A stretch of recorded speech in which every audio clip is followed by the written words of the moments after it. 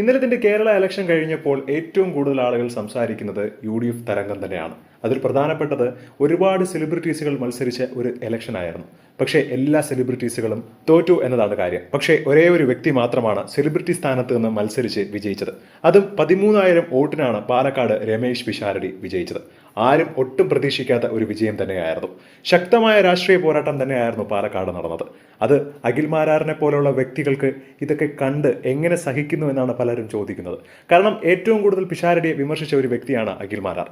പിഷാരടി ഒരിക്കലും ജയിക്കില്ല, പിഷാരടിക്കൊക്കെ ആര് വോട്ടിടാൻ എന്നാണ് അഖിൽ മാരാർ മാധ്യമങ്ങളോട് സംസാരിച്ചപ്പോഴാണ് ചോദിച്ചത്. ഇപ്പോഴിതാ തന്റെ പുതിയ പ്രഖ്യാപനം നടത്തിയിരിക്കുകയാണ് പിഷാരടി. ഈ ഒരു കാര്യത്തിലും ആളുകൾ കൈയടിക്കുകയാണ്. സിനിമാ അഭിനയം എന്നേക്കുമായി നിർത്തിയെന്നാണ് ഇപ്പോൾ നടൻ പിഷാരടി വെളിപ്പെടുത്തിയിരിക്കുന്നത്. നിയമസഭാ തെരഞ്ഞെടുപ്പിൽ പാലക്കാട്ടെ വിജയത്തിന് പിന്നാലെയാണ് ഇങ്ങനെ ഒരു പ്രതികരണം. സിനിമാ അഭിനയം മാത്രമല്ല, സ്റ്റേജ് ഷോകളും ചെയ്യില്ലെന്നും ഇനിയുള്ള 5 വർഷം പാലക്കാടിന് വേണ്ടി മാത്രമാണ് ജീവിതമെന്നും പിഷാരടി വ്യക്തമാക്കി. ഒരു മാധ്യമത്തോടായിരുന്നു ഈ ഒരു പ്രതികരണം. നടനായ പിഷാരടിയെ നിങ്ങൾ ജയിപ്പിക്കേണ്ട, രാഷ്ട്രീയക്കാരനായ പിഷാരടിയെ വേണം ഇനി കണ്ട് ജയിപ്പിക്കാൻ.